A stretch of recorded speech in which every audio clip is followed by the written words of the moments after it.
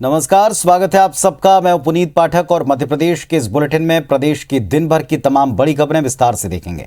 शुरुआत करते हैं एक अहम खबर के साथ। भोपाल से बड़ी खबर, पिछड़ा वर्ग के प्रतिनिधियों की 7वें मुख्यमंत्री की बैठक खत्म हो चुकी है। सीएम हाउस में मुख्यमंत्री शिवराज सिंह चौहान इस मीटिंग को ले रहे थे, जिसमें 27% आरक्षण को लेकर सुप्रीम कोर्ट जाने का मन बनाया गया, मंथन हुआ है। इसमें शामिल नेताओं ने सुप्रीम कोर्ट जाने का इशारा किया है। पिछड़ा वर्ग का कैसे उत्थान हो, इस पर भी बात हुई। सरकार में पिछड़ा वर्ग की सहभागिता बढ़ाने पर भी मंथन हुआ है। तो प्रदेश में ओबीसी वर्ग के आरक्षण को लेकर सियासत के बीच में मुख्यमंत्री ने प्रतिनिधियों के साथ में बातचीत की। 27% आरक्षण के मुद्दे को सुप्रीम कोर्ट ले जाने पर इशारा हुआ है, बातचीत हुई है। सुधीर हमारे साथ जुड़ रहे हैं भोपाल से, हमारे सहयोगी। जी सुधीर, बताएं क्या इस बैठक में तय हुआ, क्या बात हुई? देखिए पुनीत, काफी अहम बैठक हाईकोर्ट के जो हाल ही में जो डिसीजन आया था उसके बाद में आज पिछड़ा वर्ग के सभी विधायक और सांसदों के साथ में मुख्यमंत्री शिवराज सिंह चौहान ने सीएम हाउस में बैठक बुलाई थी। उसके बाद में हाईकोर्ट के डिसीजन के बाद में सुप्रीम कोर्ट जाने का पूरा फैसला पूरी बैठक में हुआ है।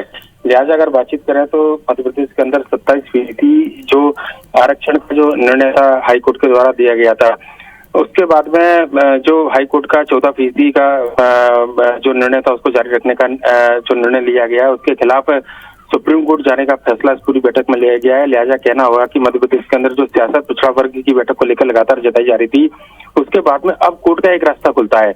ऐसे में हाई कोर्ट का जब जो अंतरिम निर्णय आया उसके लेकर सुप्रीम कोर्ट जाने की तैयारी प्रदेश सरकार में है।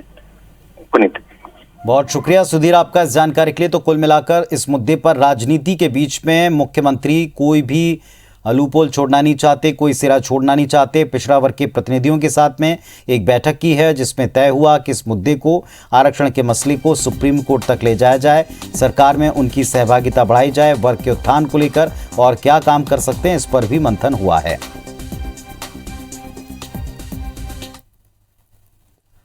मध्य प्रदेश में भारतीय जनता पार्टी और कांग्रेस में पिछड़ा वर्ग का सच्चा हितैषी कौन, इसकी होड़ मची है, क्योंकि प्रदेश में सबसे बड़ा वर्ग वोट बैंक का पिछड़ा वर्ग का है। प्रधानमंत्री नरेंद्र मोदी ने मंत्रिमंडल में 27 सांसदों को मंत्री बनाया, तो कांग्रेस ने मध्य प्रदेश में पिछड़ा वर्ग को अपनी सरकार रहते 27% आरक्षण देने और आरक्षण के मामले में कोर्ट में बीजेपी सरकार पर ठीक से पैरवी न करने के आरोप लगाए। कांग्रेस अब इस मसले पर और अन्य मुद्दों को लेकर जनता के बीच जन संसद लगाने की तैयारी में। इधर भारतीय जनता पार्टी भी जनता के बीच जाएगी। पिछड़ा वर्ग के हित के लिए किए गए सरकार के फैसलों को बताने की रणनीति बना रही है। मुख्यमंत्री ने बीजेपी के सभी पिछड़ा वर्ग के सांसद, विधायक, ओबीसी मोर्चा पदाधिकारियों की मीटिंग ली है, जो अब से कुछ ही देर पहले खत्म हुई। कांग्रेस का आरोप है कि सरकार चाहती नहीं कि 27% आरक्षण मिले। इधर बीजेपी कहती है कि कांग्रेस ने ओबीसी वर्ग को सिर्फ वोट बैंक समझा है। भारतीय जनता पार्टी की सरकार एक बार फिर से पिछड़े वर्गों को बेवकूफ़ बना रही है, धोखा दे रही है। क्योंकि ये जो अनुमति मांगी गई, दरअसल जो स्टे लगा हुआ था वो केवल पीएससी की भर्तियों पर लगा था, आरक्षण पर रोक नहीं थी। लेकिन भारतीय जनता पार्टी की जो सरकार है उसने कोर्ट को ये लिख कर दिया कि फिलहाल उन्हें 14% आरक्षण ही करने दिया जाए। भारतीय जनता पार्टी सदैव हर वर्ग के साथ रही है, ओबीसी वर्ग के साथ भी रही है, अनुसूचित जाति वर्ग के साथ भी रही है, जनजाति वर्ग के साथ भी रही है, सामान्य के साथ भी रही है। तुष्टीकरण किसी का न हो, और जनता को खूब दिख रहा है, संबंधित वर्ग को भी खूब दिख रहा है कि भारतीय जनता पार्टी जो कहती है उससे ज़्यादा उन्होंने किया है। मध्य प्रदेश के नए राज्यपाल मंगूभाई छगनभाई पटेल ने अपने नाम को लेकर निर्देश दिया कि उनका नाम मंगूभाई छ पटेल लिखा जाए। भारतीय जनता पार्टी के नेता और गुजरात सरकार में मंत्री रहे मंगूभाई छगनभाई पटेल ने 8 जुलाई को मध्य प्रदेश में राज्यपाल के पद की शपथ ली थी। उनका नाम अब तक मंगूभाई छगनभाई पटेल लिखा जा रहा था, लेकिन अब उन्होंने अपना नाम मंगूभाई छ पटेल लिखने के निर्देश दिए हैं।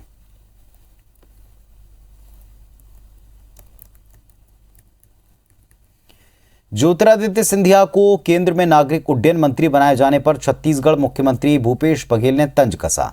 उन्होंने सिंधिया को बिकाऊ कहा कि एयर इंडिया का लोगो महाराजा है और एक बिकाऊ को एयर इंडिया को बेचने की जिम्मेदारी दी गई है।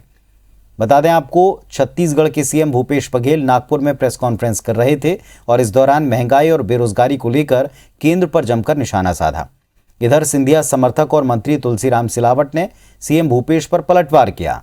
उन्होंने कहा कि सिंधिया को किसी के प्रमाण पत्र की जरूरत नहीं है, कांग्रेस अब बची ही नहीं है। कांग्रेस के नेता झूठे और बिना आधार के बयान देते हैं। रेल बेच रहे हैं, अब तो प्लेन बेच रहे हैं। अब प्लेन बेचने के लिए किसको दिए? जो एयर इंडिया का प्लेन है उसे बेचने जा रहे हैं। उस मंत्रालय को दिया सिंधिया जी को। अब स्थिति क्या है? एयर इंडिया के लोगो क्या है? महाराजा। तो वो कह रहा है कि महाराजा आइए, हम दोनों बिकाऊ हैं, एयरपोर्ट भी और सिंधिया जी भी। ज्योतिराज सिंधिया जी को उनके प्रमाण पत्र की जरूरत नहीं है, जनता ने प्रमाण पत्र हमको दे दिया है। आपको मालूम भारतीय जनता पार्टी की सरकार स्थायी बन चुकी है, बनी कि नहीं आपके? अब कांग्रेस के पास चाहे मुख्यमंत्री हो चाहे कोई भी हो, उनका क्या कुछ ज्योतिराज सिंधिया के बोलने का कोई बचा ही नहीं। ये झूठ, बिना आधार, निराधार का बयान देना कांग्रेस की आदत बन गई है। सिंधिया समर्थक और ग्वालियर जिले के प्रभारी मंत्री तुलसीराम सिलावट आज जयभान सिंह पवैया से मिलने पहुंचे। इस दौरान दोनों नेताओं के बीच बंद कमरे में काफी देर तक बात हुई है। कई मायने इसके निकाले गए। मुलाकात के बाद तुलसीराम सिलावट ने कहा कि वो भारतीय जनता पार्टी के वरिष्ठ नेता जयभान सिंह पवैया से मार्गदर्शन लेने के लिए आए। मीडिया से बातचीत में मंत्री सिलावट ने कांग्रेस पर भी जमकर निशाना साधा। इसके पहले खुद सिंधिया मंत्री प्रद्युमन सिंह तोमर और मुन्नालाल गोयल पवैया से मिल चुके हैं। भाजपा के पवैया जी वरिष्ठतम नेता हैं, सीनियर लीडर हैं। इनके मार्गदर्शन के लिए मैं भी आया था। भाजपा को कैसे शक्तिशाली बनाए, भाजपा के संगठन को जिस प्रकार से इन्होंने सींचा था, जिस प्रकार से इन्होंने बनाया था, गढ़ा था, हम लोग भी कोशिश करेंगे उसी प्रकार से हम चलें। उत्तर प्रदेश सरकार के जनसंख्या नियंत्रण विधेयक पर पूर्व मंत्री और senior BJP leader Jaibhan Singh Pawaiya ने एक बड़ा बयान दिया। उन्होंने अपनी इच्छा जताते हुए कहा कि इस तरह विधेयक पूरे देश में लागू किया जाए ताकि जनसंख्या पर नियंत्रण पाया जा सके, क्योंकि किसी भी देश में प्राकृतिक संस्थान बढ़ाए नहीं जा सकते, संसाधनों को बढ़ा नहीं सकते, बल्कि जनसंख्या पर ही आप कंट्रोल कर सकते हैं, जैसा चीन ने किया। पवैया ने कहा जनसंख्या विधेयक को किसी संप्रदाय से जोड़ा ना जाए, इसे वोट बैंक की राजनीति का हिस्सा ना बनाया जाए, क्योंकि इसके लिए अब पूरे देश का एक जनमानस तैयार हो रहा है। पवैया ने कहा कि वो चाहते हैं कि राष्ट्रीय स्तर पर इसको लेकर कानून बने। इसलिए हम तो ये चाहते हैं, और एक नागरिक के नाते मेरी तो इच्छा है कि राष्ट्रीय स्तर पर भी अगर ऐसा कानून आता है तो पूरे देश को स्वागत करना चाहिए। कोई भी समझदार देश अपने प्राकृतिक संसाधनों को नहीं बढ़ा सकता, आबादी पर ही नियंत्रण कर सकता है। खाकी वर्दी पर एक दाग मिटाने के दूसरा लगता है। राजधानी भोपाल में गुजरात के हीरा कारोबारी के साथ लूट की घटना उजागर हुई। इल्जाम पुलिस कर्मियों पर लगा। मामले में आरोपी आरक्षक सुमित बघेल विनोद रावत को निलंबित कर दिया है। साथ ही दोनों आरक्षकों की विभागीय जांच शुरू कर दी है। गुजरात के हीरा कारोबारी प्रवीण राय 2 दिन पहले 35 से 40 लाख लेकर भोपाल आए थे, जो अयोध्या नगर के विशाल चौहान और गांधीनगर के देवेंद्र पटेल को देने थे। प्रवीण राय अयोध्या नगर आ रहे थे, तभी गश्त पर निकले आरक्षक विनोद रावत और सुमित बघेल मिले। दोनों ने हीरा कारोबारी से पूछताछ की, बैग में लाखों रुपए देख कानून की धौंस दिखाई और फिर 5 लाख लेकर व्यापारी को जाने दिया। प्रिलिमिनरी इंक्वायरी रिपोर्ट जो है वो आज या कल तक में हम लोगों को मिल जाएगी। वो एक बार रिपोर्ट आ जाती है तो हम आपको अवगत करा देंगे। अभी तो उनको जो है लाइन में लिया गया है, लेकिन प्रिलिमिनरी इंक्वायरी रिपोर्ट आने के बाद जो है उसमें अगर दोषी पाए जाते हैं तो फिर उस पर बाकी कार्रवाई की जाएगी। और हमारे सहयोगी सत्येंद्र इस वक्त हमारे साथ भोपाल से जुड़ रहे हैं। सत्येंद्र, अजीब सा मामला है कि जो रक्षा करनी चाहिए, जिन्हें कानून के मुताबिक काम करना चाहिए, उन्हीं के ऊपर इस तरह के आरोप लगे हैं। क्या अब तक इस मामले में सामने आया?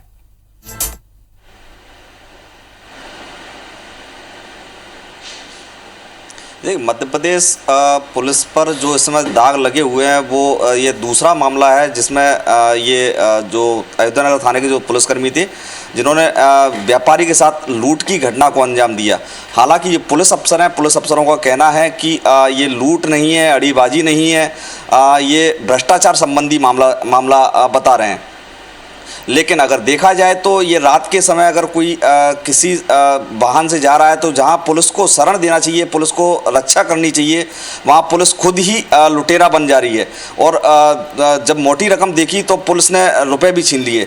इससे पहले भी राजधानी पुलिस पर ऐसे दाग लग चुके हैं जो जिसकी कई बार सुर्खियों में भोपाल पुलिस रही है।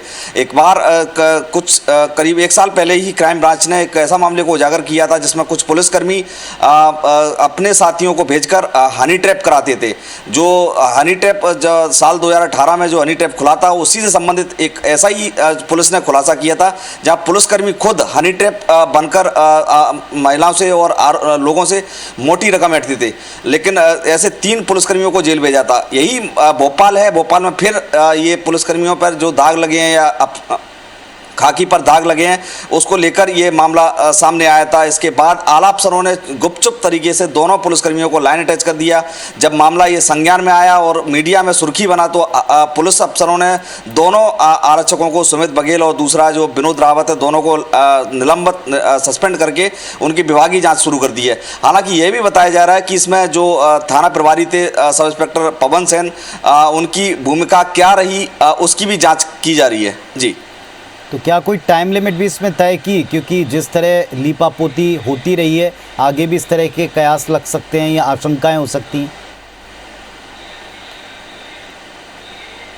अफसरों का हालांकि भी कहना है कि इसमें जो मामला सामने आया था कि किसी से सरेराह अगर पैसा छीना जाता तो स्वाभाविक सी बात है कि उसमें 392 लूट की धाराएं दर्ज होना चाहिए। लेकिन मामला खाकी वर्दी से जुड़ा हुआ है, लिहाजा पुलिस उसी तरह इस मामले में अपनी बदनामी के दागों से बचने के लिए उसी तरह की कार्रवाई कर रही है। अफसरों का कहना है जो इस मामले की जांच कर रहे हैं, एडिशनल एसपी राजेश सिंह भदौरिया, उनका कहना है कि जो रात्रि गश्त पर निकले थे दोनों पुलिसकर्मी, उनका भ्रष्टाचार से जुड़ा संदेह प्रतीत होता है। लिहाजा पुलिस इसमें किस तरह की कार्रवाई करती है, भ्रष्टाचार संबंधी कार्रवाई करती है या फिर अड़ीबाजी का मामला दर्ज करती है। चूंकि दो व्यापारी को रोककर उनके बैग से 5 लाख रुपए निकालना एक अड़ीबाजी और लूट दोनों ही तरफ इशारा कर रही है। लेकिन पुलिस बदनामी के दागों से बचने के लिए इस मामले को उसी तरह कार्रवाई करने का वादा कर रही है। पुलिस का कहना है कि हम इसमें हो सकता है भ्रष्टाचार संबंधी FIR दर्ज करें।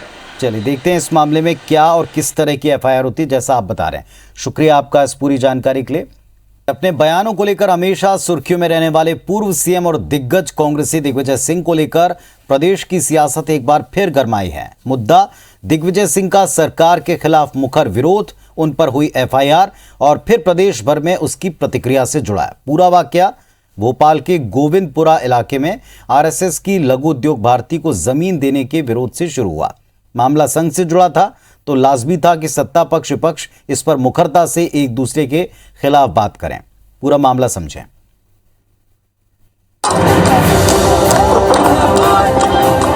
जब तक ये इंडस्ट्रियल एस्टेट के एसोसिएशन है वो हमारे साथ है, हम उनके साथ खड़े रहेंगे। और ये शिलान्यास भले ही कर दिया उन्होंने, हम लोग जाके उस शिलान्यास को तोड़ेंगे। ये तस्वीरें भोपाल के गोविंदपुरा इंडस्ट्रियल एरिया की हैं, जब राज्यसभा सांसद दिग्विजय सिंह अपने समर्थकों के साथ लघु उद्योग भारती के दफ्तर का विरोध करने पहुंचे थे।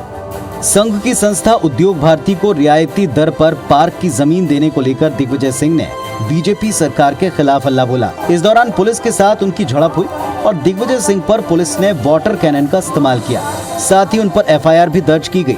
विरोध प्रदर्शन में दिग्विजय सिंह पर FIR दर्ज होने के बाद कांग्रेस को एकजुट होने का एक और मौका मिल गया।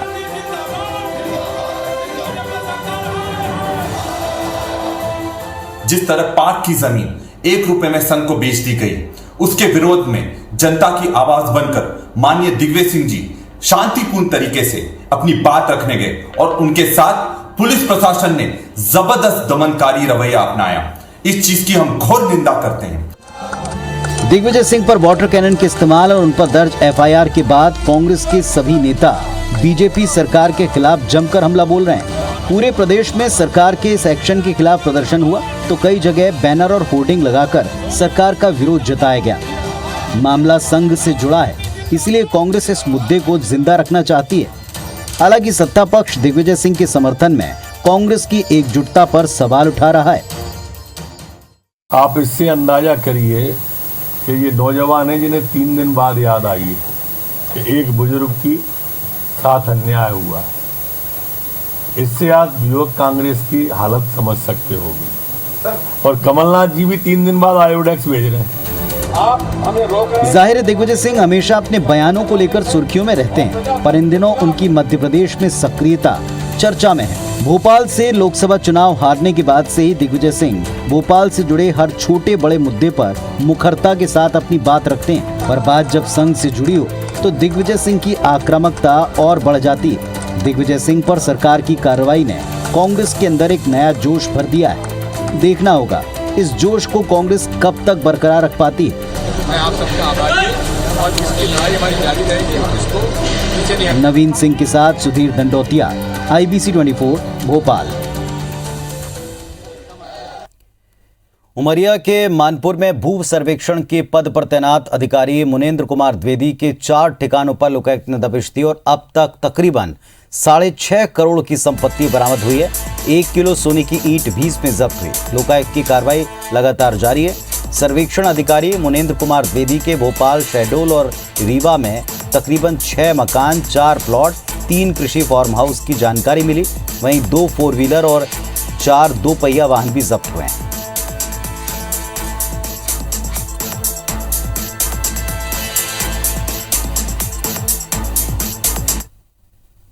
6 2 व्हीलर और 2 4 व्हीलर पाए गए। उनके पास जो है करीब 60 लाख रुपए का बैंक बैलेंस अभी तक पता चला है। करीब 70 लाख रुपए की जो है ज्वेलरी, जिसमें एक सोने की ईंट जो करीब 1 किलो की है, वो अभी तक सर्च में प्राप्त है। इंदौर में जिला जज का फर्जी प्रमाण पत्र तैयार कर पदोन्नति पाने वाले IAS संतोष कुमार वर्मा को 2 दिन की रिमांड खत्म होने के बाद जिला कोर्ट में पेश किया, जहां पुलिस ने बारीकी से जांच के लिए रिमांड का समय बढ़ाने की मांग की। इसे कोर्ट ने स्वीकार किया और 17 जुलाई तक की रिमांड पुलिस को सौंप दी। पिछले 2 दिन तक की गई पूछताछ में कई टेक्निकल एविडेंस पुलिस ने जब्त किए हैं।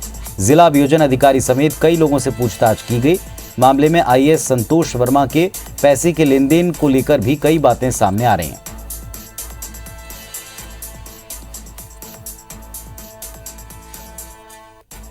छतरपुर के लवकुश नगर में एक बुजुर्ग की अर्थी सच चुकी थी, मगर अचानक बुजुर्ग के मुंह से आवाज आई कि मैं अभी जिंदा हूं।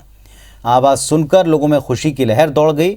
92 साल के बुजुर्ग की कई दिनों से तबीयत खराब चल रही थी। कुछ दिनों से उन्होंने बातचीत बंद कर दी थी, फिर अचानक शरीर ने मूवमेंट पूरी तरह खत्म कर दिया। ऐसे में परिवार के लोगों ने बुजुर्ग को मृत समझकर अंतिम संस्कार की तैयारी कर ली। अंतिम संस्कार के दौरान किया जाने वाला गौदान भी कर दिया गया था। वहीं होश में आने के बाद बुजुर्ग ने बताया कि मंदिर पर कलश चढ़वाने की उनकी आखिरी इच्छा रह गई थी। तत्काल परिजनों ने कलश मंगवाकर मंदिर पर चढ़वाया।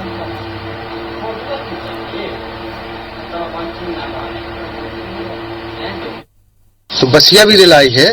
बसिया दिला के इसके बाद है जो घंटा 2-4 घंटा, मतलब ऐसा रहा कि मतलब है ही नहीं हो कुछ। और इसके बाद है जो 2-4 घंटे बाद वो देखने लगी। देखने के बाद है तो उसने कहा कि हमें कल साल से चढ़वा दो। कल से चढ़वाया, उनने फिर क्या, फिर बात शुरू हो गई, बढ़िया बोलने लगी। इंदौर के कमला नेहरू प्राणी संग्रहालय में अब व्हाइट टाइगर भी देख सकेंगे। व्हाइट टाइगर को आज एनक्लोजर से बाहर निकालकर खुले बाड़े में छोड़ा गया। इस दौरान बीजेपी विधायक महेंद्र हार्डिया मौजूद रहे। साथ ही इंदौर का कमला नेहरू प्राणी संग्रहालय देश का दूसरा ऐसा जू बन गया जहां व्हाइट, येलो और ब्लैक तीनों कलर के टाइगर। नंदनकानन जू से एक्सचेंज प्रोग्राम के तहत 30 अप्रैल को व्हाइट और ब्लैक टाइगर को यहां लाया गया था। लंबे समय से क्वारंटाइन रहने के बाद अब दर्शकों के लिए इन्हें खोला गया है। वास्तव में आज खास दिन है। इंदौर का जो चिड़ियाघर है, जू है, वो जू में व्हाइट टाइगर, ब्लैक टाइगर और येलो टाइगर तो अपने यहाँ बहुत पाए जाते हैं, किंतु व्हाइट और ब्लैक ये दोनों टाइगर इस जू के अंदर है। आज व्हाइट टाइगर को रिलीज किया है आज इंदौर नगर निगम ने, और शीघ्र हम ब्लैक टाइगर को भी रिलीज करेंगे। मध्य प्रदेश में इस समय मानसून ज्यादा सक्रिय नहीं दिख रहा। प्रदेश के आसपास जो लोकल सिस्टम बन रहा है, उसी वजह से कुछ जिलों में हल्की से मध्यम बारिश हो रही है। मौसम विभाग के मुताबिक इस समय एक निम्न दाब का क्षेत्र कोस्टल ऑफ कच्छ और उसके आसपास बना है।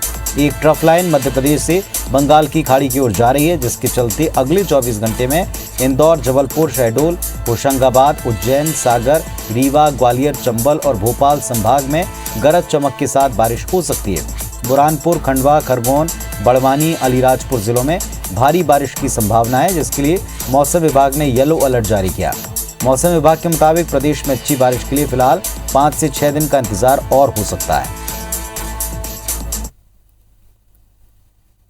बुरहानपुर, खंडवा, खरगोन, अलीराजपुर में भारी वर्षा की संभावना है। भोपाल में बादल छाए रहेंगे और गरज चमक के साथ हल्की वर्षा की संभावना है। अधिकतम 37 और न्यूनतम 26 डिग्री रहने की संभावना है। तो इस बुलेटिन में फिलहाल इतना ही। खबरों अपडेट्स के लिए आप देखते रहें IBC 24। नमस्कार।